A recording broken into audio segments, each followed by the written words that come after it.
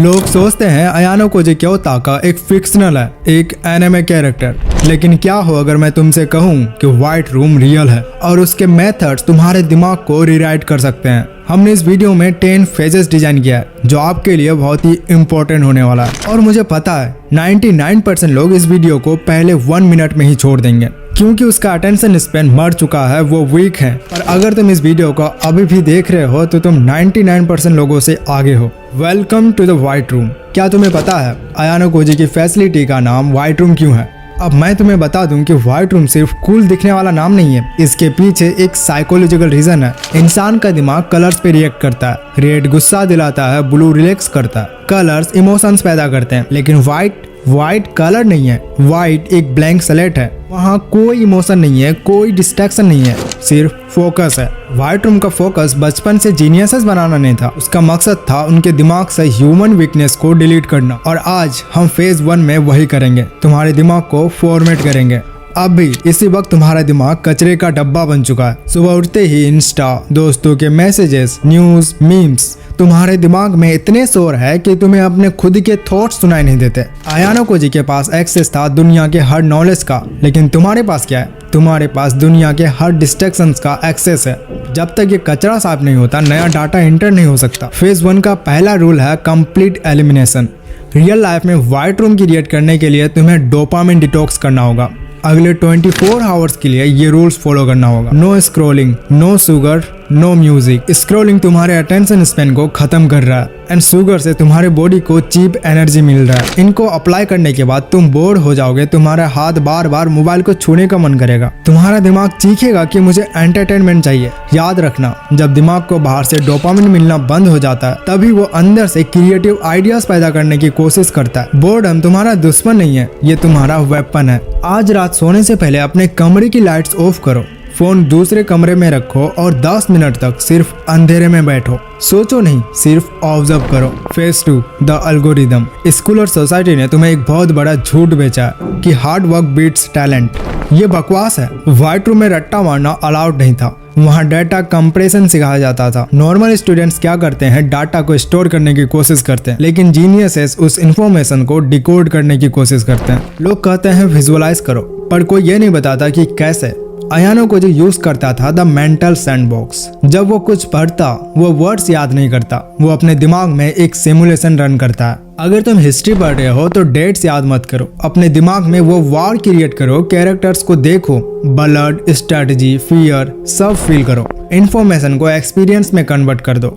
इंसान फैक्ट्स को भूल जाता है, ट्रॉमा और एक्सपीरियंस कभी नहीं भूलता। Make your study sessions a movie, not a task. Reverse engineering, the examiner trick. ये वो सीक्रेट है जो कोई भी टॉपर आपसे शेयर नहीं करता। अयानो कोजी टेस्ट में फुल मार्क्स या फिर एग्जैक्ट 50% कैसे लाता है? क्योंकि वो सब्जेक्ट नहीं पढ़ता, वो एग्जामिनर को पढ़ता है। एक एवरेज स्टूडेंट सोचेगा कि इसका आंसर क्या होगा, लेकिन एक व्हाइट रूम जीनियस सोचता है कि एग्जामिनर ने ये क्वेश्चन क्यों बनाया, ये मुझसे क्या गलती करवाना चाहता है। पेपर बनाने वाले की साइकोलॉजी को समझने की कोशिश करो। क्या वो तुम्हें कंफ्यूज करना चाहता है या वो लॉजिक टेस्ट कर रहा है? जब तुम पेपर सेटर के दिमाग में घुस जाओगे तो क्वेश्चन पेपर लीक होने जैसा लगेगा। किताब को ऐसे पढ़ो जैसे तुम किसी क्रिमिनल से इंटरोगेट कर रहे हो। हर लाइन पर सवाल उठाओ, आर्गुमेंट करो ऑथर के साथ। जब तुम इन्फॉर्मेशन के साथ लड़ते हो तो वो दिमाग में परमानेंटली बैठ जाता है। तो अब इन सब चीजों को सुनने के बाद क्या तुम्हारा दिमाग फेज 3 के लिए रेडी है?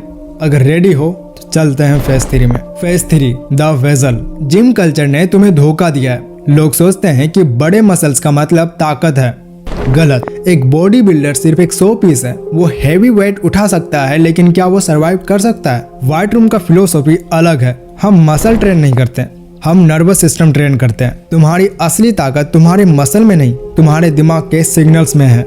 इसी वजह से जो अयानो कोजी बिल्कुल दुबला दिखता है, वो बड़े लोगों को भी हरा सकता है। It's not about size, it's about density. तुम्हारे दिमाग में एक गवर्नर लगा है जो तुम्हें अपनी पूरी ताकत यूज करने से रोकता है। साइंस इसे कहते हैं हाइस्टिकल स्ट्रेंथ। जब एक माँ अपने बच्चे को बचाने के लिए कार उठा लेती है, वो मसल नहीं है, वो एड्रेनलिन था। जब तुम वर्कआउट कर रहे हो और थक जाओ तो विजुअलाइज करो कि तुम्हारी लाइफ डेंजर में है। Imagine a knife at your throat. अपने दिमाग को ट्रिक करो। जब तुम सर्वाइवल मूड में ट्रेनिंग करते हो तो तुम लिमिट्स को तोड़ देते हो। पेन सिर्फ एक इलेक्ट्रिकल सिग्नल है जो ब्रेन को बता रहा है कि डैमेज हो रहा है।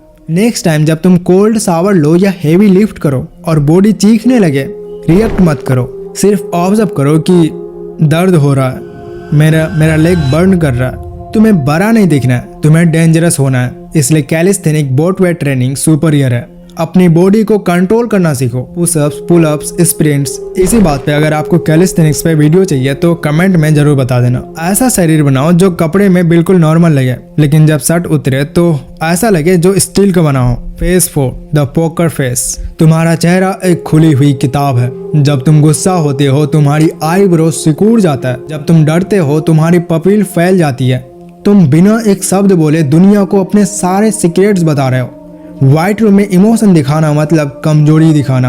अगर दुश्मन को पता चल गया कि तुम्हें क्या चीजें गुस्सा दिलाती है तो वो तुम्हें कंट्रोल कर सकता है। रूल नंबर 1 कहता है जो इंसान रिएक्ट करता है वो हमेशा कंट्रोल किया जाता है, जो रिएक्ट नहीं करता वो कंट्रोल करता है। साइंस कहती है माइक्रो एक्सप्रेशन सिर्फ 0.5 सेकेंड के लिए आते हैं, लेकिन एक ट्रेंड ऑब्जर्वर उन्हें पकड़ लेता है। अयानो कोजे का चेहरा ब्लैंक क्यों लगता है? क्योंकि उसने अपने फेशियल मसल को डेड कर दिया है, ट्रेन किया है। तुम्हें इन मसल को रिलैक्स करना सीखना पड़ेगा। Corrugator muscle and zygomatic major muscle है जो हिलता है। इसको कंट्रोल कर लोगे तो ऑटोमेटिकली अप्लाई हो जाएगी। आज से 3 सेकेंड रूल अप्लाई करो। जब कोई तुम्हें गाली दे या बुरी खबर मिले तुरंत रिएक्ट मत करो। अपने दिमाग और अपने मुंह के बीच में एक वॉल खड़ी कर दो। पहले इन्फॉर्मेशन आने दो, उसे प्रोसेस करो, फिर डिसाइड करो कि कौन सा एक्सप्रेशन दिखाना जरूरी है। याद रखना, रिएक्शन इमोशन है, रेस्पॉन्स इंटेलिजेंस है। Be responsive not reactive. ये एक्सरसाइज तुम्हें साइकोपैथ नहीं मास्टर बनाएगी। रोज आईने के सामने बैठो, अपने पुराने पेनफुल मेमोरीज याद करो या कुछ बहुत फनी सोचो, लेकिन शर्त यह है तुम्हारा चेहरा हिलना नहीं चाहिए। अंदर तूफान हो सकता है, बाहर सन्नाटा होना चाहिए। जब तुम अपने चेहरे का मालिक बन जाओगे तब तुम किसी भी कन्वर्सेशन को डोमिनेट कर पाओगे, क्योंकि जिसका चेहरा पढ़ा नहीं जा सकता उससे सब डरते हैं। Phase 5 the social engineer. दुनिया में 2 तरह के लोग होते हैं, प्लेयर्स एंड पीसेस। ज्यादातर लोग पीसेस हैं, वो रूल्स फॉलो करते हैं, सोसाइटी से डरते हैं और इमोशन में आकर फैसला लेते हैं। व्हाइट रूम मेंटेलिटी कहता है कि पीपल आर रिसोर्सेस। असली पावर वो नहीं है जो थ्रोन पर बैठा है, असली पावर वो है जो थ्रोन के पीछे खड़ा होकर राजा के कान में विस्पर कर रहा है। आओ देखते हैं अयानो कोजी ने ये कैसे किया। स्टोरी याद करो, class D first mid term exam. Pseudo और बाकी जो कि इडियट ट्रायो माना जाता था वो फेल होने वाले थे। होरिकिता उन्हें पढ़ाने की कोशिश कर रही थी पर वो फेल हो रही थी। सब लोग हार्ड वर्क कर रहे थे, लेकिन अयानो कोजी यहाँ एक सोशल इंजीनियर यूज किया। उसने सोचा ये स्कूल जापान के एजुकेशन सिस्टम का मिरर करता है और असली दुनिया में हर समस्या का प्राइज होता है। वो लाइब्रेरी नहीं गया, वो एक सीनियर स्टूडेंट के पास गया। अयानो कोजी उससे पूछता है मुझे पिछले साल की टेस्ट पेपर चाहिए। सीनियर बोलता है गेट लॉस्ट। अयानो कोजी उससे डील करता है, मैं तुम्हें 15 के पॉइंट्स दूंगा। फिर डील डन हो जाता है। जब बाकी क्लास स्ट्रेस में थी अयानो कोजी के पास ऑलरेडी आंसर्स थे। ये चीटिंग नहीं था, ये रिसोर्स मैनेजमेंट था। उसने एक इंसान की ग्रीड को यूज किया पूरी क्लास को बचाने के लिए। इस कहानी से हमें क्या सीखने मिलता है? हमेशा फ्रंट डोर से मत जाओ। सोशल इंजीनियरिंग का मतलब है सिस्टम में लूप होल ढूंढना। रियल लाइफ में हर किसी को कुछ चाहिए, किसी को पैसा चाहिए, किसी को रिकॉग्निशन चाहिए, किसी को सिक्योरिटी चाहिए। तो यहाँ पे मैस्लोस हायरार्की यूज करो। पहचानो कि सामने वालों को क्या नीड है। Once you know what they want, you want them। सबसे इम्पोर्टेंट पार्ट, अयानो कोजी ने वो पेपर्स खुद से डिस्ट्रीब्यूट नहीं किया, क्योंकि अगर वो हीरो बनता तो वो स्पॉटलाइट में आ जाता। उसने होरिकिता और कुशिदा को आगे किया और क्रेडिट उन्हें लेने दिया। अगर तुम कॉलेज में कोई बड़ा काम कर रहे हो तो उसके क्रेडिट को तुम अपने लीडर को लेने दो। जब तुम उन्हें हीरो फील कराते हो तो वो तुम्हारा शील्ड बन जाता है। अब आते हैं फेज 6 पे, द शैडो। अयानो कोजी का सबसे आइकॉनिक मोमेंट याद है? उसके एंट्री एग्जाम्स के स्कोर्स। मैथ्स में 50, इंग्लिश में 50। ये कोई कोइंसिडेंस नहीं था। 100 लाना आसान है अगर तुम जीनियस हो, लेकिन एग्जैक्टली 50 लाना, हर क्वेश्चन का आंसर जानते हुए भी आधा गलत कर देना, ये गॉड लेवल कंट्रोल है। सोसाइटी टॉप 1% को टारगेट करती है, सोसाइटी बॉटम 1% को कुचल देती है। सबसे सेफ जगह है the middle one. Ayano Kouji average बना ताकि वो इनविजिबल रहे। जापानीज कल्चर में एक कहावत है, the nail that sticks out gets hammered down. Real life में जब तुम चिल्लाते हो कि मैं अमीर हूँ या मैं स्मार्ट हूँ, तुम अपना दुश्मन इनवाइट कर रहे हो। लोग तुम्हारी टांग खींचेंगे, तुमसे उधार मांगेंगे, तुम्हें स्कैम करने की कोशिश करेंगे। होरिकिता स्पॉटलाइट में थी इसलिए वो टारगेट बनी। अयानो कोजी शैडो में था इसलिए वो फ्री था। पावर चाहिए तो क्रेडिट मत लो, आजादी चाहिए तो स्पॉटलाइट से दूर रहो। इंटेलिजेंस एजेंसीज ऐसा ग्रे मैन कॉन्सेप्ट कहती है। एक ऐसा इंसान जो इतना बोरिंग दिखता है कि कोई उसे दोबारा मूड के भी ना देखे। ना बहुत अच्छा कपड़ा, ना बहुत खराब, ना बहुत लाउड, ना बहुत क्वाइट। Appear harmless. अगर तुम बॉडी बिल्डर भी हो तो लूज कपड़े पहनो, वैसा बनो जैसे लोग तुमसे एक्सपेक्ट करते हैं। अगर वो सोचते हैं कि तुम बेवकूफ़ हो तो बन जाओ। बेवकूफ़ होने का नाटक करना एक जीनियस ही कर सकता है। कभी कभी जानबूझकर हार जाना जीतने से बड़ा मूव होता है। इसे कहते हैं स्ट्रैटेजिक इनकम्पिटेंस। जब लोग सोचते हैं कि तुम उनसे कम स्मार्ट हो तो वो तुम्हारे सामने अपने सीक्रेट्स बता देते हैं, क्योंकि तुम्हें वो थ्रेट नहीं मानता। तुम्हारी मेडियोक्रिटी तुम्हारा मास्क है, तुम्हारी इंटेलिजेंस तुम्हारा डैगर है। अब तक हमने डिफेंस सीखा, फेज 7 में हम अटैक करेंगे। हम सीखेंगे द पॉलीमैथ, स्किल्स को वेपन कैसे बनाएं। Phase 7 the polymath. दुनिया तुम्हें बोलती है सिर्फ एक चीज में एक्सपर्ट बनो, डॉक्टर बनो, इंजीनियर बनो या आर्टिस्ट बनो, लेकिन व्हाइट रूम का फिलोसफी बिल्कुल अलग है। एक इंसान को डायपर चेंज करने से लेकर इन्वेशन प्लान करने तक सब कुछ आना चाहिए। अयानो कोजी सिर्फ मैथ्स का जीनियस नहीं है, वो पियानो बजाता है, वो कैलीग्राफी करता है, वो टी सेरेमनी जानता है। क्यों? क्योंकि स्किल्स आइसोलेटेड नहीं है। पियानो बजाने से पैटर्न रिकॉग्निशन बढ़ता है जो मैथ्स में काम आता है। मार्शल आर्ट्स, कैलिस्थेनिक्स से डिसिप्लिन बनता है जो आपका स्टडी में काम आता है। तो कहीं ना कहीं सब कुछ कनेक्टेड ही है। दुनिया के टॉप 1% पियानिस्ट नहीं बन सकते, वहाँ कंपटीशन बहुत है। तुम दुनिया के टॉप 1% कोडर भी नहीं बन सकते, लेकिन अगर तुम टॉप 25% पियानिस्ट हो और टॉप 25% कोडर हो तो तुम रेयर हो। इसे कहते हैं स्किल स्टैकिंग। सिर्फ logical skills like coding, maths मत सीखो, उसके साथ क्रिएटिव स्किल्स भी जोड़ो, राइटिंग, डिजाइन। एग्जांपल के लिए एक प्रोग्रामर बोरिंग होता है, लेकिन एक प्रोग्रामर जो साइकोलॉजी समझता है तो वो फेसबुक जैसे ऐप्स बनाते हैं। अपने रिज्यूमे देखो, क्या तुम्हारी सारी स्किल्स एक ही फील्ड की है? अगर हाँ तो तुम रिप्लेस होने वाले हो। जब तुम कोई नई स्किल सीखते हो तो तुम्हारा ब्रेन फिजिकली चेंज होने लगता है। जितना ज्यादा तुम डाइवर्स स्किल सीखोगे उतना ही तुम्हारा दिमाग फ्लेक्सिबल होगा। तुम्हें बनना है एक T shape person. Horizontal line ये बताता है कि तुम्हें हर चीज की नॉलेज होनी चाहिए, एंड टी में जो वर्टिकल लाइन है ये बताता है कि तुम्हें किसी एक चीज में मास्टर होनी चाहिए। अयानो कोजी की मास्टरी स्ट्रेटजी है, लेकिन उसका जनरल नॉलेज अनलिमिटेड है। हर 6 महीने में एक नई स्किल पिक करो, तुम्हारी फील्ड से बिल्कुल अलग होनी चाहिए। अगर तुम साइंस स्टूडेंट हो तो कुकिंग सीखो, अगर तुम आर्टिस्ट हो तो फाइनेंस सीखो। Confuse the enemy with your range. अब तुम्हारे पास माइंड है, बॉडी है, सोशल स्किल्स हैं, टेक्निकल स्किल्स हैं, लेकिन क्या होगा जब प्लान फेल हो जाएगा? फेज 8 में हम सीखेंगे द वेरिएबल, क्राइसिस मैनेजमेंट। जब सब पैनिक करते हैं तब तुम कैसे ऑपरेट करोगे? Phase 8 the variable. Mike Tyson ने कहा था सबके पास एक प्लान होता है जब तक उन्हें मुंह पर मुक्का ना पड़े। लोग सोचते हैं व्हाइट रूम जीनियस सब कुछ प्रिडिक्ट कर सकता है, पर असल बात यह है कि फ्यूचर कोई प्रिडिक्ट नहीं कर सकता। अयानो कोजी फ्यूचर नहीं जानता, वो वेरिएबल्स जानता है। जब रियून ने उसे कॉर्नर किया, अयानो कोजी डरा नहीं, क्योंकि उसके लिए केओस एक सीढ़ी है। नॉर्मल इंसान पैनिक करता है, ये क्या हो गया? यही आपको ऊडा लूप मास्टर करना होगा। ये यूएस एयरफोर्स की टेक्निक है। सबसे पहले ऑब्जर्व करो क्या हो रहा है, देन ओरिएंट, इसका मेरे गोल पर क्या असर पड़ेगा, then decide, best option choose करो, देन एक्ट, बिना हेजिटेट किए एग्जीक्यूट करो। ये साइकिल जितनी तेजी घूमेगी तुम उतना डेंजरस बनोगे। जब तक तुम्हारा दुश्मन सोच रहा है तब तक तुम एक्ट कर चुके हो। कंफर्ट जोन तुम्हारा दुश्मन है। अगर तुम रोज सेम रूटीन फॉलो कर रहे हो तो तुम फ्रेजाइल हो। एक छोटा सा क्राइसिस तुम्हें तोड़ देगा। रोज कुछ ऐसा करो जो तुम्हें अनकंफर्टेबल करता है। ठंडे पानी से नहाओ, अनजान लोगों से बात करो, अपने दिमाग को शौक की आदत डालो ताकि जब असली तूफान आए तो तुम हिलो भी नहीं। Phase 9 the D attachment. दोस्ती, प्यार, भरोसा। सोसाइटी इन्हें मैजिक कहती है, व्हाइट रूम इन्हें केमिस्ट्री कहती है। क्या अयानो कोजी दोस्तों से नफरत करता है? नहीं, वो बस उन्हें ऑब्जेक्टिवली देखता है। हर इंसान एक बुक है।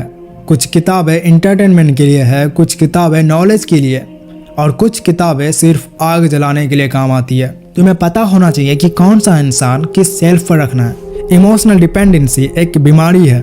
अगर तुम्हारी खुशी किसी और इंसान पर डिपेंड करती है तो तुम स्लेव हो। व्हाइट रूम का सबसे बड़ा लेसन है सॉलिट्यूड इज पावर। अकेले रहने से डरो मत। जब तुम अकेले हो तब तुम मास्क नहीं बनते, तुम रियल होते हो। अपने अंदर इतना कंप्लीट बनो कि तुम्हें किसी की जरूरत ना हो। लोग चाहिए पर लोग जरूरी नहीं है। रियल वर्ल्ड अनकंडीशनल लव पर नहीं चलता, रियल वर्ल्ड वैल्यू एक्सचेंज पर चलता है। अगर तुम वैल्यूबल हो तो लोग तुम्हारे पास आएंगे, अगर तुम यूजफुल नहीं हो तो लोग तुम्हें छोड़ देंगे। रोना बंद करो और वैल्यूबल बनो। अयानो कोजी को कोई क्यों नहीं छोड़ता? क्योंकि वो सबकी प्रॉब्लम सॉल्व करता। Be the solution not the victim.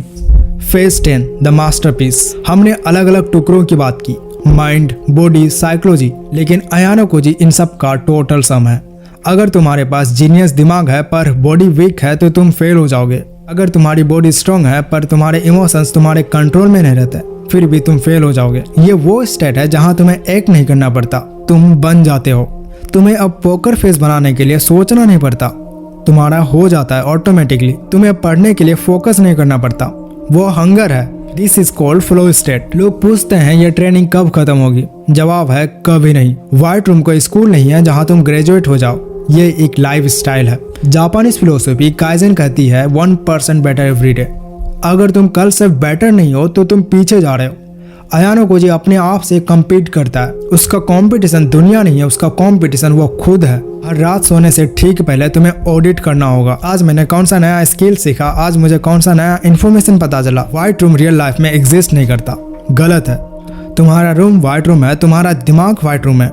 सुनने में बहुत कूल लगता है ना कि मैं व्हाइट रूम स्टूडेंट बनूंगा, मैं व्हाइट रूम रूटीन को फॉलो करूंगा कल से, लेकिन असलियत यह है कि तुम में से 99% लोग कल सुबह वही करेंगे जो आज किया था।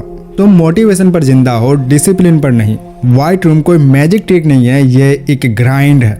मैंने इस रूटीन को 3 पार्ट्स में डिवाइड किया ताकि तुम इसे एक्चुअली फॉलो कर पाओ। Part 1 the shock morning time. तुम्हारी सुबह कंफर्ट से शुरू नहीं होनी चाहिए। 4 या 5 बजे उठो और सबसे पहले अपनी बॉडी को सोख दो। कोल्ड शावर, एक्सरसाइज, दिमाग को सिग्नल भेजो कि बॉस मैं हूँ, नींद नहीं।